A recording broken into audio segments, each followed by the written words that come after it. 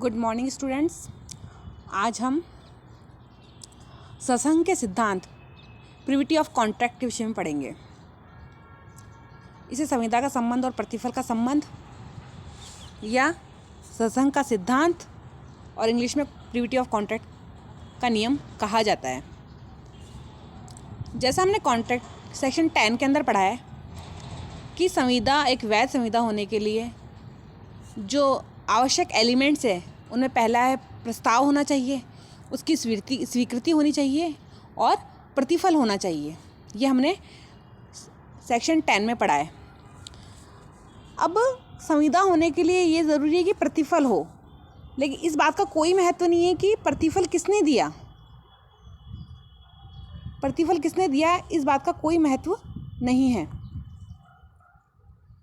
प्रतिफल होना चाहिए। डंटन वर्सेस पुले के मामले में इसी सिद्धांत को अपनाया गया था। इसमें जो लड़की का पिता था वो अपने एक आंगन में लगे पेड़ को काटकर 1000 पाउंड अपनी पुत्री को उसके विवाह में उपहार के स्वरूप देना चाहता था, लेकिन उसके पुत्र ने पेड़ काटने से उसको इनकार कर दिया कि पेड़ मत कटवाइए, 1000 पाउंड मैं आपको दे दूंगा जो आप अपनी पुत्री की शादी में दे देना।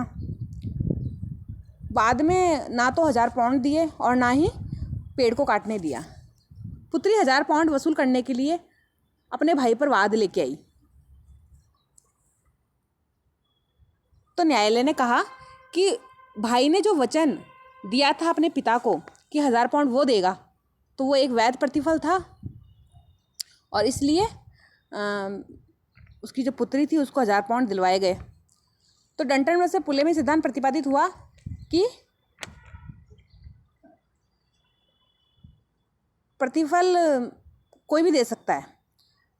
इस सिद्धांत को न्यायोचित समृद्धि का सिद्धांत भी कहा जाता है कि ऐसा नहीं हो सकता कि भाई एक व्यक्ति की कीमत पर दूसरे को अनुचित लाभ उठाने दिया जाएगा, यानी ना तो पेड़ काटने दे और ना 1000 पाउंड अपनी बहन को दे, तो उल्टा लाभ कमाने के लिए उसको अनुमति नहीं दी जाएगी। इसे अन्यायचित समृद्धि का सिद्धांत भी कहते हैं।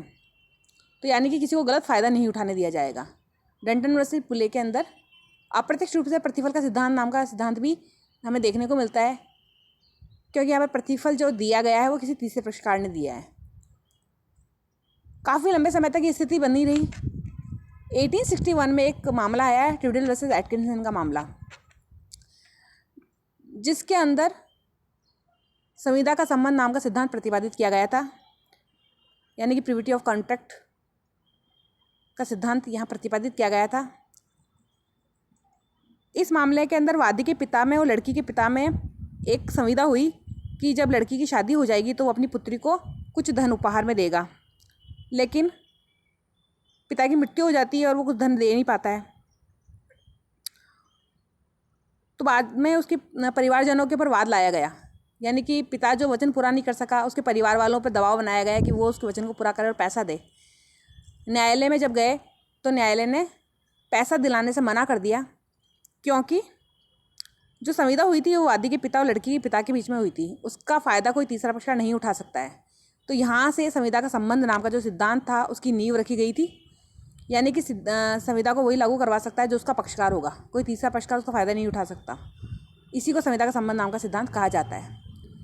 इस मामले में 2 सिद्धांत निकल कर आए थे, एक तो संविदा का पक्षकार होना ज़रूरी है और एक प्रतिफल का पक्षकार होना ज़रूरी है। संविदा को न्यायालय से लागू करवाने के लिए बहुत ही आवश्यक है कि जो संविदा का पक्षकार है वही वाद लाए, जो संविदा का पक्षकार नहीं है उससे संविदा को लागू नहीं करवा सकता। इंग्लिश लॉ ने भी इस मामले को माना। दूसरा है प्रतिफल का पक्षकार, यानी संविदा को न्यायालय से लागू करवाने के लिए प्रतिफल का पक्षकार होना भी बहुत ज़रूरी है, यानी कि जो 2 पक्षकार हैं प्रतिफल भी उन्हीं के द्वारा दिया जाना चाहिए। जो संविदा का पक्षकार नहीं है वो प्रतिफल नहीं दे सकता। अब भारत में स्थिति यह है कि संविदा का पक्षकार सिद्धांत को तो यहाँ अपनाया गया है, लेकिन प्रतिफल का पक्षकार नामक सिद्धांत को यहाँ पर नहीं अपनाया गया है। यहाँ पर डंटन वर्सेस पुले नाम के सिद्धांत को ही अपनाया गया है आज तक। ये प्रतिफल कोई भी व्यक्ति दे सकता है, यानी कि तीसरा पक्षकार जो संविदा का पक्षकार नहीं है उसके द्वारा भी प्रतिफल दिया जा सकता है। संविदा का पक्षकार नाम के सिद्धांत को इंग्लिश मामले Dunlop versus pneumatic tyre company Selfridge company के मामले में भी अपनाया गया था। अब जब हम भारत की बात करते हैं तो भारत के अंदर केवल संविदा का संबंध नाम के सिद्धांत को अपनाया गया है। यानी भारत में अन्य व्यक्ति भी प्रतिफल दे सकता है जो संविदा का पक्षकार नहीं है, अर्थात संविदा के पक्षकार को छोड़कर किसी अन्य व्यक्ति को भी प्रतिफल दिया जा सकता है। ये आवश्यक नहीं है कि वचन ग्रहीता द्वारा ही प्रतिफल दिया जाए। जैसा हमने चिन्नैया ने वर्सेस रमैया के मामले में देखा था, बुजुर्ग स्त्री ने अपना धन दान में दिया था और दान में देते समय ये शर्त रखी थी कि प्रति वर्ष मेरे भाई को भी इसमें से खर्चा दिया जाएगा। लेकिन जिसने दान लिया उसने उसके भाई को खर्चा देना बंद कर दिया या दिया ही नहीं, तो उसका भाई वाद लेके आया। तो न्यायालय ने कहा कि बुजुर्ग स्त्री ने जो धन दान में दिया है वही प्रतिफल माना जाएगा और वो धन उसके भाई को दिलवाया गया। तो संविदा का पक्षकार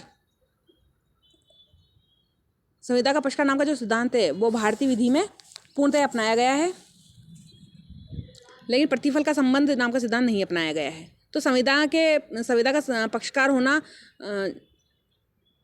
बहुत ही आवश्यक है। जो संविदा का पक्षकार नहीं है वो उसको लागू नहीं करवा सकता, यानी संविदा के प्रति अजनबी व्यक्ति वाद नहीं ला सकता। जो संविदा का पक्षकार नहीं है वो अजनबी व्यक्ति कहलाएगा।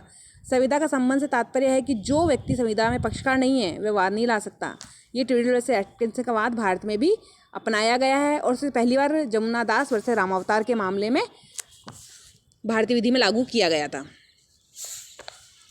अब भारत के अंदर हम कह रहे हैं कि प्रतिफल का सिद्धांत लागू नहीं होता, यानी प्रतिफल कोई भी दे सकता है ना। और जो संविदा का संबंध है वो भारत के अंदर लागू होता है, यानी संविदा को वही लागू करवा सकता है जो संविदा का पक्षकार होगा। लेकिन इस सिद्धांत के भी कुछ अपवाद है, यानी कि संविदा का संबंध नाम का सिद्धांत है, इसके कुछ अपवाद हैं। और वो उसमें पहला है विशिष्ट संपत्ति भार, कि जहाँ पर संविदा का पालन करने के लिए किसी विशिष्ट संपत्ति को भार में रखा जाता है तो वहाँ पे तीसरा पक्षकार उसको लागू करवा सकता है। जैसे ख्वाजा मोहम्मद खां वर्सेस हुसैनी बेगम के मामले में हुआ था। लड़के के जो पिता थे उन्होंने 500 रुपये खर्चाए पानदान देने का वादा किया था इसमें, और एक संपत्ति भी भार में रख दी थी कि यदि मैं नहीं दे पाया तो इस संपत्ति से वसूल लिया जाएगा। तो यहाँ पर जो 500 रुपये वसूलने का जो भार है वो संपत्ति के ऊपर है कि अगर वो ना दे पाया तो संपत्ति से वसूल लिया जाएगा। तो संपत्ति पर भार यहाँ अधिरोपित किया जा रहा है, तो यहाँ पर तीसरा व्यक्ति भी वाद ला सकता है। जहाँ पर न्यास का सृजन किया जाता है, यानी किसी व्यक्ति के अंदर को ट्रस्टी बनाया जाता है किसी संपत्ति के लिए, तो वहाँ पर तीसरा व्यक्ति भी वाद ला सकता है। इस राणा उमानाथ बख्श के मामले में भी यही हुआ था। पिता ने सारी संपत्ति यू को उत्तराधिकार में दे दी और उसके अधर्मज पुत्र जो कि अभी अवयस्क था उसके धन और गांव के लिए उसको ट्रस्टी बना देगी। जब वो वयस्क हो जाए तो उसकी जो हिस्से का गांव और धन है वो उसको दे देना। जब अधर्मज पुत्र वयस्क हो गया तो भी उसने धन और गांव देने से मना कर दिया, तो वो वाद लेके आया। तो न्यायालय ने कहा कि यहाँ पर जो अधर्मज पुत्र है उसको गांव और धन देना पड़ेगा, क्योंकि उसके पिता उसे सिर्फ ट्रस्टी बना के गए थे देखभाल करने के लिए, कि जब वयस्क हो जाएगा तो उसके नाम कर दिया जाएगा। तो जहाँ पर न्यास की बात आती है वहाँ पे भी कोई तीसरा पक्षकार भी वाद ला सकता है। यहाँ पर जो अधर्मज पुत्र है वो तीसरा पक्षकार है, जबकि कॉन्ट्रैक्ट उसके वैध पुत्र यू और उसके पिता के बीच में हुआ था। इस प्रकार से पारिवारिक अनुबंध, जैसे ज़मीन का बंटवारा होता है, पारिवारिक धन संपत्ति का बंटवारा होता है, परिवार की स्त्रियों या पुत्रियों की विवाह संबंध में जो संविदाएं होती है वो सब भी पारिवारिक अनुबंध के तहत आती है, और उसमें भी तीसरा पक्षकार वाद ला सकता है, इसको लागू करवा सकता है। जहाँ पर भी कोई वचन अभिस्वीकृति या विबंध को जन्म देता है तो वहाँ पर भी तीसरा पक्षकार वाद ला सकता है। जैसे देवराज अरस के मामले में हुआ था। इसके अंदर एक मकान के क्रेता ने एक किश्त भेज दी और बाकी किश्त देने का वचन दिया, यानी कि अपने आप को भारत कर लिया कि वो अन्य किश्तें भी देगा। तो यहाँ पर फिर वो बाध्य हो गया और नहीं देता है तो उसके परिवार से वसूला जा सकता है, तो तीसरा पक्षकार वाद ला सकता है। जहाँ पर कोई भूमि पर प्रभावी संविदाएं जो होती है वो भूमि से जुड़ी रहती है हमेशा, तो वो जब एक पक्षकार से दूसरे पक्षकार को खरीदते आगे बढ़ती जाती है तो वो जो शर्तें हैं वो उस भूमि से जुड़ी होगी, इसलिए भूमि के साथ ही आगे बढ़ेगी, तो तीसरा पक्षकार भी वाद ला सकता है। तो इस प्रकार जो सत्संग का सिद्धांत है या प्रिविटी ऑफ कॉन्ट्रैक्ट का सिद्धांत है वो ट्रिब्यूनल वर्सेस एटकिंसन के मामले में प्रतिपादित किया गया था, और भारत में भी वो अपवादों के साथ लागू है। ये 5 अपवाद हमने पढ़े हैं। ये क्वेश्चंस एग्जाम में डायरेक्ट पूछा जाता है।